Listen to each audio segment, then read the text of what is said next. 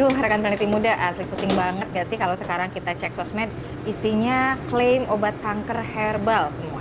Ada yang bilang ini ekstrak dari tanaman A, katanya bisa healing total. Ada yang bilang ini ekstrak dari buah B, katanya bisa membunuh sel kanker dalam semalam. Mending kalau benar, tapi kalau ternyata hoax aja atau cuman menang hype doang, kan bahaya ya, banyak yang percaya. Nah, gimana coba cara kita ngebedain mana informasi yang benar, mana tuh ekstrak yang beneran ampuh, sama yang cuma jualan mitos aja. Gimana tuh, Prof? Nah, itu bedanya sih Kasari ya, antara netizen sama ilmuwan. Kita nggak main katanya ya, atau FOMO ya, fear of missing out, sesama tren rebusan ya.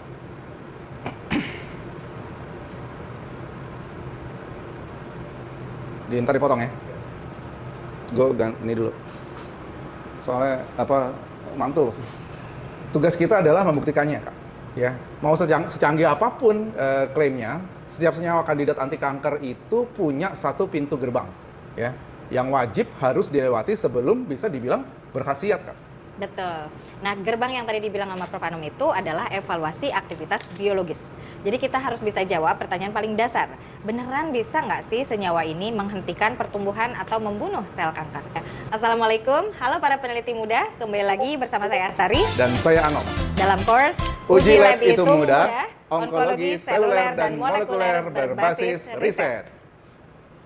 Rekan peneliti muda, di sesi kali ini kita akan membedah uji anti kanker berbasis seluler secara menyeluruh. Mulai dari prinsip dasar kultur sel dan juga pemilihan sel line yang biasa kita gunakan sebagai model. Nah, perbandingan metode uji proliferasi, viabilitas, kemudian juga kita akan membahas panduan menyusun desain eksperimen terstandar hingga teknik analisis data untuk menentukan nilai IC50. Yuk kita pelajari bersama.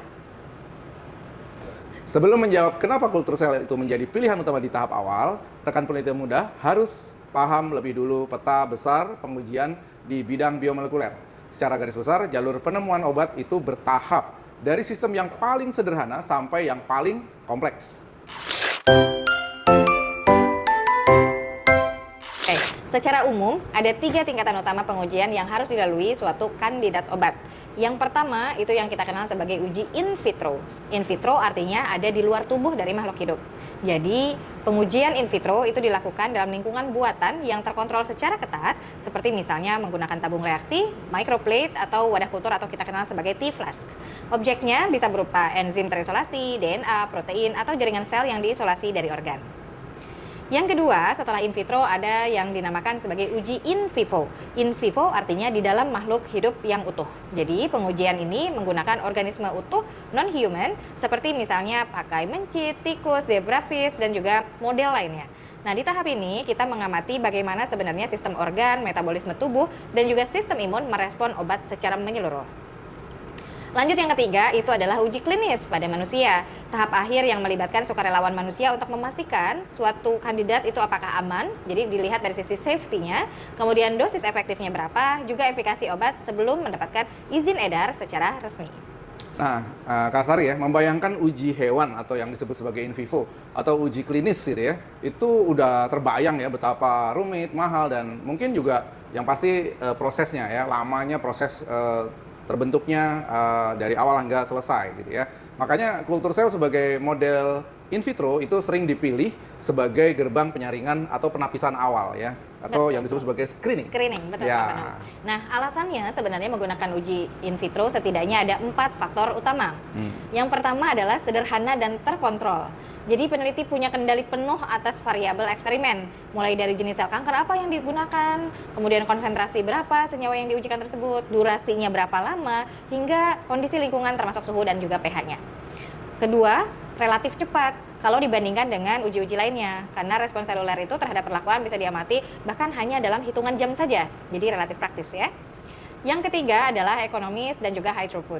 Kita bisa menguji puluhan bahkan hingga ratusan senyawa kandidat sekaligus dalam satu microplate 96 well dengan biaya yang jauh lebih efisien dibandingkan dengan memelihara hewan uji. Nah, yang keempat, yang tidak kalah pentingnya juga adalah etika riset.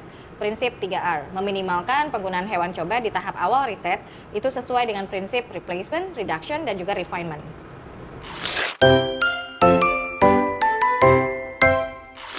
Nah, sebelum kita masuk ke dalam laboratorium, coba rekan-rekan peneliti muda mencoba untuk menjawab pertanyaan pemantik berikut ini. Nah, kembali ke pertanyaan pretest tadi, untuk membuktikan efektivitas suatu kandidat obat, rekan peneliti muda tidak bisa asal ukur. Kita butuh dua parameter utama setidaknya yang saling melengkapi. Yang pertama adalah uji viabilitas sel dan yang kedua adalah uji proliferasi. Wah, tuh apaan lagi tuh istilah itu ya. Jadi terdengar banyak tuh istilah nanti ya, dan makna biologisnya masing-masing memiliki makna yang sangat berbeda.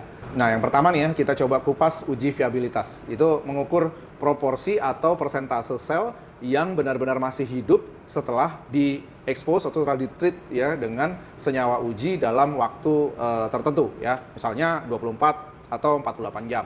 Nah, jika jumlah sel hidup tersebut ya berkurang ya secara signifikan secara statistik dibandingkan kontrol tentunya ya. Artinya senyawa yang diuji tersebut bersifat sitotoksik. Nah, mekanisme biologisnya sebagai berikut. Senyawa sitotoksik merusak komponen vital dari sel secara langsung. Misalnya merusak membran sel, merusak DNA secara masif, atau memicu jalur kematian sel yang terprogram atau apoptosis maupun kematian sel yang tidak terkontrol atau nekrosis. Nah, analogi sederhananya adalah kalau sitostatik itu adalah rem tangan pada mobil ya.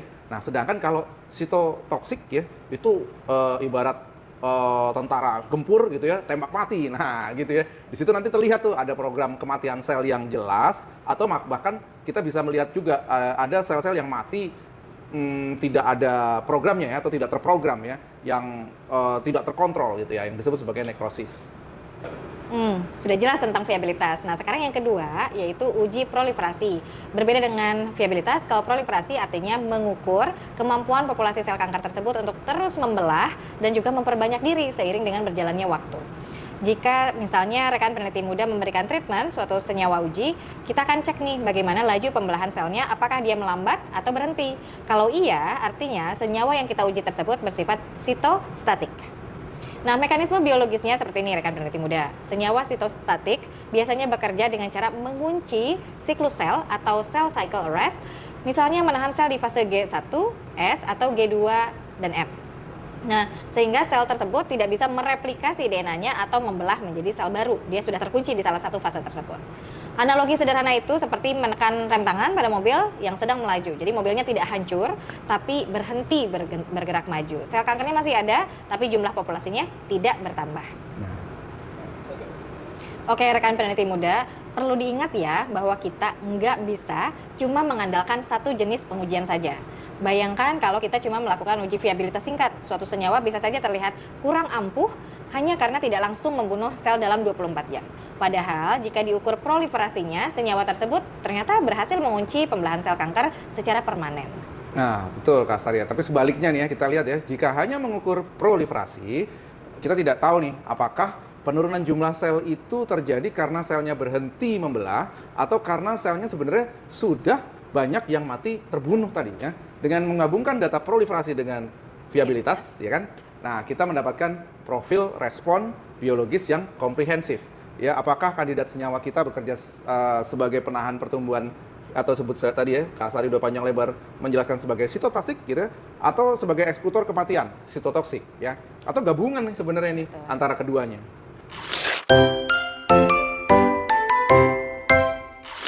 Nah, uji proliferasi dan viabilitas nih Kak Sari ya. Dalam penelitian seluler ini biasa menggunakan teknologi atau metode yang berbasis aktivitas metabolik seperti yang kita kenal sebagai MTT atau MTS ya. Ada juga yang menggunakan beberapa metode seperti Alamar Blue ya atau sebut sebagai Resazurin atau ATP-AC ya. Ini adalah pilihan yang paling banyak dipilih ya sama peneliti ya. Populer lah gitu ya. Kenapa sih? Karena metodenya ini cepat ya. Terus kemudian ini merupakan screening awal ya, screening awal sampel dalam jumlah yang cukup besar gitu ya, high throughput screening. Metodenya sensitif ya, boleh lah gitu ya, dan praktis. Dan pembacaannya bisa diotomatisasi menggunakan microplate reader ya. Microplate reader ini cukup cukup fungsional dan memang untuk awal modalnya cukup, investasinya cukup lah ya. Tapi secara umum metode ini cukup efektif dan efisien. Ya, Prinsip utama dari teknik-teknik ini atau metode-metode ini relatif sederhana. Jadi pengujian ini memanfaatkan aktivitas enzim internal sel yang memang masih hidup. Yang pertama untuk uji MTS dan juga MTT memanfaatkan enzim dehidrogenase mitokondria. Jadi pada uji MTT, garam tetrazolium yang berwarna kuning itu akan direduksi oleh sel aktif menjadi kristal formazan berwarna ungu pekat. Nah, ada perubahan warna di sana yang kemudian dideteksi oleh alat tadi ya, microplate reader. Sementara alamar blue atau resazurin itu memanfaatkan lingkungan reduktif sel untuk mengubah resazurin yang awalnya berwarna biru dan non-fluorescence menjadi resorufin atau menunjukkan fluoresensi dengan warna merah muda. Yang terakhir yaitu ATP assay, mengukur jumlah ATP bebas yang menggunakan reaksi enzimatis luciferase yang menghasilkan pendaran cahaya atau berluminescence. Ya, jadi karena ada perubahan warna nih Kak ya, jadi semakin pekat warna yang dihasilkan atau semakin tinggi intensitas fluoresensi maksudnya ya, atau luminescence-nya yang terukur, maka diasumsikan sebagai banyak jumlah sel yang hidup. Jadi kalau lebih pekat warnanya atau lebih terang gitu ya. Tapi nah inilah ya, di sini ada kelemahan yang muncul ya. Jadi aktivitas metabolik sel tersebut itu tidak selalu berbanding lurus dengan jumlah selnya nih ya, jumlah sel yang hidup terutama. Ya, jadi ada dua skenario bias yang sering terjadi ya. Skenario false cytotoxicity ya, atau positif palsu sitotoksisitas, yaitu suatu senyawa bisa saja membuat sel mengalami kelelahan metabolik ya, atau metabolic quiescence ya, atau cell cycle arrest tanpa membunuhnya. Jadi stop aja gitu, Pak. Aktivitas mitokondria melambat, produksi ATP-nya menurun. Nah, sehingga warna MTT itu memudar gitu ya. Jadi lebih terang gitu ya, bukan lebih kuat warnanya. Nah, peneliti menyimpulkan nih akhirnya apa, sebagai sel yang mati. Padahal selnya sebenarnya nggak mati sih ya, yang sebut arrest gitu apa ya, pingsan ya, atau dorman ya. Itu sebagai efek dari sitostatiknya. Nah, skenario interferensi kimia atau negatif palsu ini ya, itu merupakan banyak metabolit sekunder bahan alam seperti polifenol, flavonoid, atau juga reduktor kuat yang bisa mereduksi garam MTT ya secara langsung tanpa bantuan sel. Nah, ini akibatnya apa? Nilai viabilitas tampak tinggi, seolah-olah selnya sehat, padahal selnya sebenarnya sudah mati terbunuh nih. Nah, gitu. Berarti ada kekurangannya ya, Prof ya? Betul Di sekali. samping tadi penggunaannya sebenarnya relatif praktis dan juga mudah. Betul. Lalu bagaimana solusinya? Nah, data dari uji metabolik itu wajib dikonfirmasi dengan metode pendekatan lain yang memiliki mekanisme kerja berbeda atau orthogonal assay. Di antaranya yang pertama ada Trypan Blue Exclusion Assay, yaitu metode yang relatif klasik sebenarnya, umum sekali digunakan dan juga paling jujur. Kenapa paling jujur? Karena memang secara prinsipal pewarna Trypan Blue ini hanya bisa menembus sel yang membran selnya sudah rusak atau mati. Jadi kita akan bisa membedakan sel hidup itu akan menolak warna dan tetap bening, sementara kalau yang sel mati akan terwarnai oleh Trypan Blue ini. Nah, jujurnya di sana ya berarti ya. Yang kedua adalah SRB atau sulforodamine B assay. Nah, kalau metode ini itu tidak peduli status metabolisme dari mitokondria, SRB itu mengikat total protein seluler yang menempel di dasar sumur atau di well-nya. Nah, metode ini relatif stabil dan juga bebas dari interferensi metabolik ya. Yang selanjutnya ada clonogenic assay atau clone formation. Jadi sesuai dengan namanya, dengan menggunakan metode ini kita akan menguji kemampuan jangka panjang suatu sel tunggal untuk membelah kemudian membentuk koloni. Nah, ini salah satu gold standard untuk melihat apakah sel itu benar-benar kehilangan kemampuan proliferasinya secara permanen. Selanjutnya ada metode pencitraan fluoresensi, baik itu live dead staining dengan menggunakan kombinasi pewarna, misalnya kalsein AM untuk sel hidup dan juga ethidium homodimer untuk sel yang mati. Nah, dengan menggunakan kedua pewarna ini kita bisa melihat kondisi sel secara visual langsung di bawah mikroskop, tapi mikroskopnya adalah mikroskop fluoresens. Jadi dengan mengkombinasikan uji metabolik cepat atau metode validasi massa nih ya, Kastari ya, atau sebagai integritas sel ini gitu ya, rekan peneliti muda ini bisa terhindar dari bias data dan menghasilkan klaim aktivitas anti cancer yang benar-benar sahih dan teruji secara ilmiah, Kak.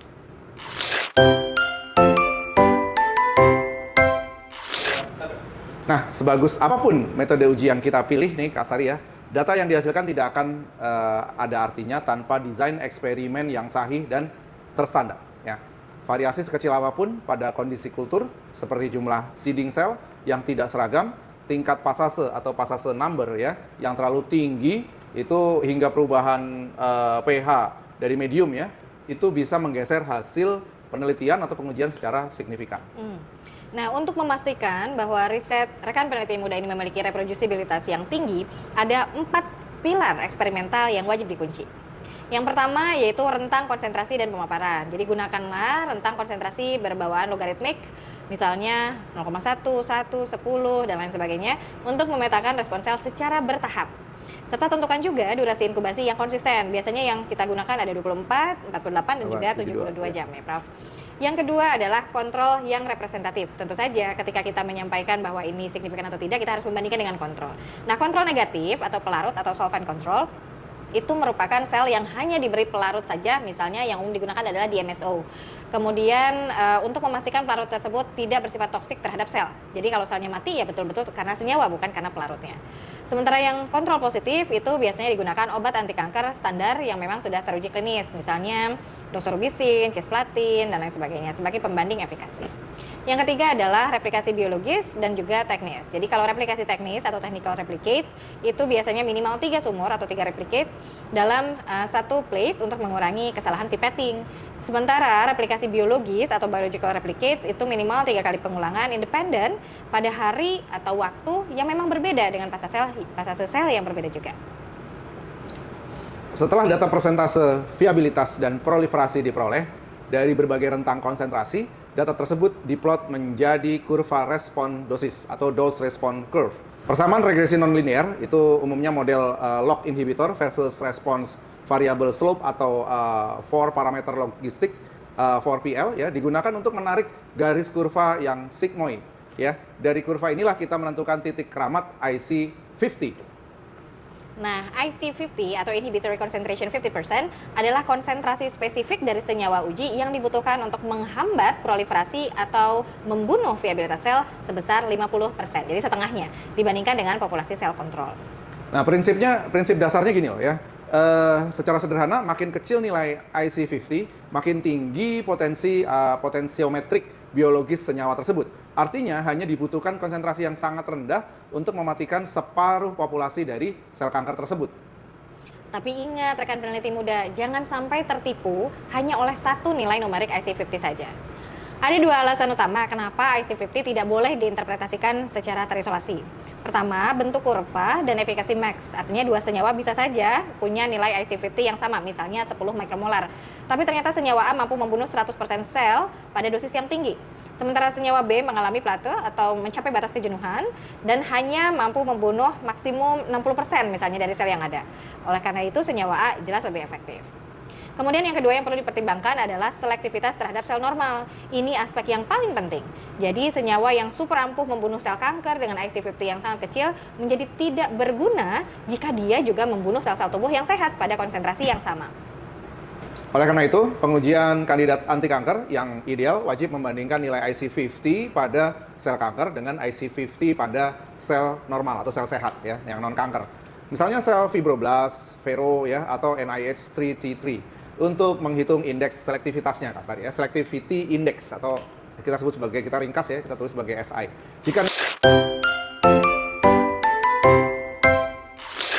Jadi, uji proliferasi dan viabilitas sel ini adalah gerbang utama. Kalau kandidat senyawa ini, ya senyawa alam yang kita cek, kita uji, itu lulus di tahapan ini, barulah kita punya dasar ilmiah yang cukup kuat untuk melangkah ke tahap berikutnya.